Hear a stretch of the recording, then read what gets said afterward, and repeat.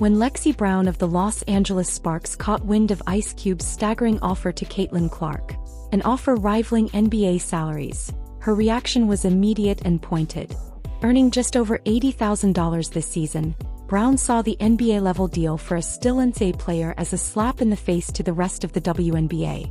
Frustrated, she turned to social media, her fingers flying across the keyboard, writing, "So no other women's basketball player has come to mind in the last 7 years?" She followed up with another tweet. So, you offered the contract to a player who's not yet even in the WNBA. Big Three does not happen during overseas season, so that doesn't make sense. That's true. And then you pretty much offended all of the European countries that open their doors to us, give us a lot of money, a lot of love, and a lot of experience by calling them dismal and dubious.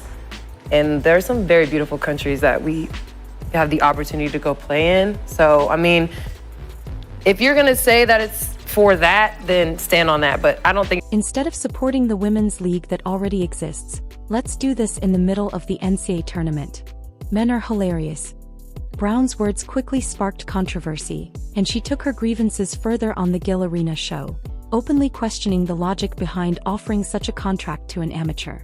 "So you offered a contract to a player who's not even in the WNBA yet?" she said. "Big Three does not happen during the overseas season, so that doesn't make sense." "That's true. And you pretty much offended all the European countries that open their doors to us, give us a lot of money, a lot of love, and a lot of experience by calling them dismal and dubious. There are some very beautiful countries we have the opportunity to play in. If you're going to say it's for that reason, then stand on that, but I don't think that's the case." While Brown's frustration was real, it was clear that a hint of envy lingered.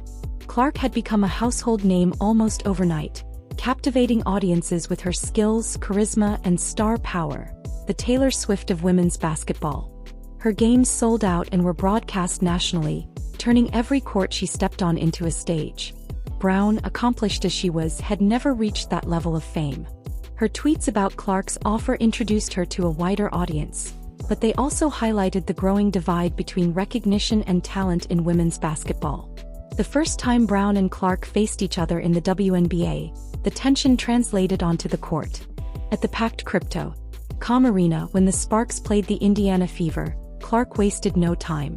Just 2 minutes in, she executed a perfect give-and-go with Nalissa Smith, cutting to the basket for an easy layup despite double-teaming from Brown. Her playmaking continued as she found Blay, who connected with Boston under the rim, narrowing the Sparks' lead to 7 in the second quarter. Momentum swung dramatically. A Sparks turnover gave the Fever the chance for a fast break. Clark drove in transition and dished to Wallace, who launched a three-pointer to shrink the lead to just 3 points at 20-23. Clark's vision and timing were unmatched. She repeatedly found open teammates, executed near full-court passes, and orchestrated plays that seemed to anticipate the Sparks' every move. By halftime, the Fever trailed 45-34. But Clark had already racked up 4 rebounds and 4 assists in the second quarter alone. Brown, by comparison, managed just 2 assists and 2 rebounds for the first half. The third quarter amplified Clark's influence. With the Fever executing perfect ball movement, Clark set screens, dished pinpoint passes, and even contributed on defense with steals and blocks. She created multiple scoring opportunities, culminating in Blay's 18-foot jumper that tied the game after an impressive 11-0 run. The Sparks tried to double-team her, but Clark's court awareness ensured she still found cutting teammates for clean baskets. By the fourth quarter, Clark's dominance reached its peak.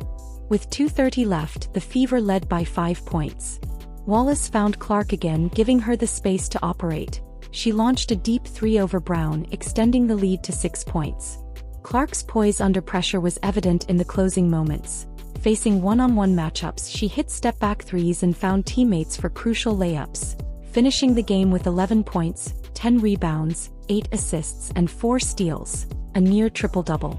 The Fever claimed a stunning 78-73 victory, marking their first win of the season and proving that actions on the court speak louder than any tweet.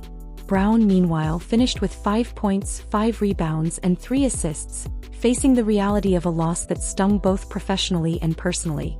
Their second matchup only reinforced Clark's supremacy. From tip-off, she was relentless. launching early three-pointers, orchestrating give-and-go plays, and distributing the ball with surgical precision. She exploited gaps in the Sparks' defense, repeatedly finding cutting teammates, hitting layups, and sinking clutch three-pointers. Despite a late push from the Sparks, Clark's skill and composure allowed the Fever to stay in contention, and she finished the game with a spectacular 30 points, 5 rebounds, and 6 assists, even in defeat. Lexie Brown's outspoken criticism of Clark's NBA-level offer had inadvertently awakened a beast. Clark had turned Brown's comments into motivation, letting her performance answer questions louder than any social media post could. The narrative was clear. Talent, preparation, and execution always speak louder than words. As the WNBA season unfolds, one thing is certain.